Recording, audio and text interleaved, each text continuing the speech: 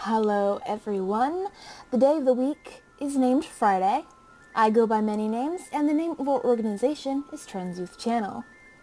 If you couldn't tell by my really lame introduction, this week's topic is names, which I am very excited for, because names are probably my most favorite part of the trans community, because I think as a whole, we have the most interesting names, and we have the most freedom with our names of anybody else. And I think that is great, because what else gives you sort of a sense of identity other than picking your own name? And we're going to talk about it. You know me here as Al, but people in real life call me Allie. It is what I have gone by since I was about 8 years old, when I figured that my birth name was too effeminate for me. And so I shortened it down to Allie, because at that point I hadn't met anybody else named Allie, and it sounded like a more masculine name to me, which isn't really how other people see it. But that's what I thought when I was 8. So I've been called Allie by most of my friends for as long as I've known them. It is what my mom calls me for the most part.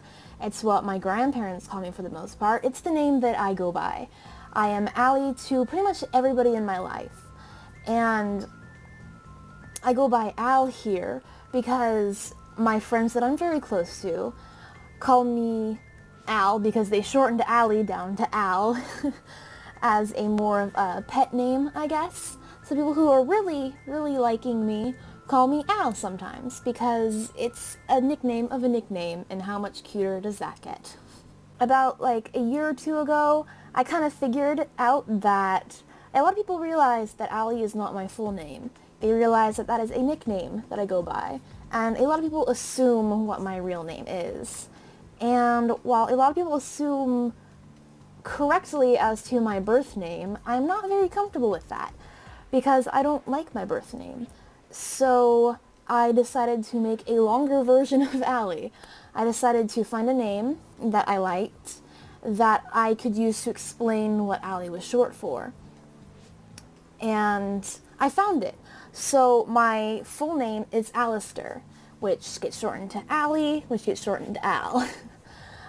My middle name I did sort of a similar thing with. I shortened that down, and now my middle name is Eli, so my name is Alistair Eli, which I like a lot. It is a name that I am very proud of. It is a name that I like for multiple reasons. I really like it because my birth name means queen, and Alistair means protector of mankind. So I kind of feel like this princess who is like, nah dude, skip that, and just kind of put on a knight helmet, and anyway. But people change their names for various reasons. One of my best friends in real life decided that he liked his name, but it wasn't just right for him. So he took his name, found the Italian male version of that, and that's his name now, and it really suits him. And even though we usually call him by nickname of it, it's still his name. And I think he's happy with that. And even if he isn't, he has the opportunity to change it in the future. And that's a great thing. We aren't bound by our birth names like a lot of people are. And that gives us a lot of freedom. Although we are bound by our birth names in the sense of legality, which is why we have legal name changes.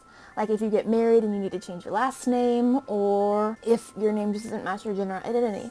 So what you usually do, at least in the state I live in, California, you go to your local courthouse and you fill out this paper or series of papers called the petition for name change.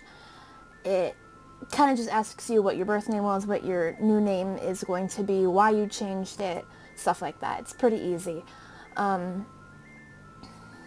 Then you submit that, you file it, and then sometime between like a week to like 2 months later, you get a court date, and you go into court, you kind of explain why you're changing your name. They usually say, okay, unless somebody objects to it, which I don't think a lot of people do. So usually you should be okay. And then your name gets changed, and yay! You do have to go to like the DMV and stuff to change your name on those kind of documents, and like get a new driver's license and whatever. And a lot of places I know have a thing where you have to file like an ad in your local newspaper that like declares your name change, just so like if people are trying to find you, they know what your new name is, which shouldn't be a problem for a lot of people, but it's still kind of annoying. So basically, trans names are great. You can change your name or not change your name, and it doesn't really matter. Names are something that we as a community have to our freedom. We have so many options out there, and a name is just another part of your transition that you can really get behind and you can really use to make yourself feel comfortable. I'm comfortable with my name. I love my name. And I'm sure that's how a lot of other trans people feel. And I just think that is super great because we all kind of need that one thing that we have in our daily lives that makes us feel good about ourselves. And names do that, and I'm just so glad we have that. Alright, everyone. That was it for me this week. Be sure to check out everybody else's videos because I'm sure they have a ton of opinions and information that you would find very useful or very interesting. So go check those out. As always, our social media links are down here. Make sure to check out our Facebook because we update that a lot and it's really cool. See you all again next week with our next topic. This week's topic is transgender fashion. For people who want to appear masculine, there are some things that I would recommend.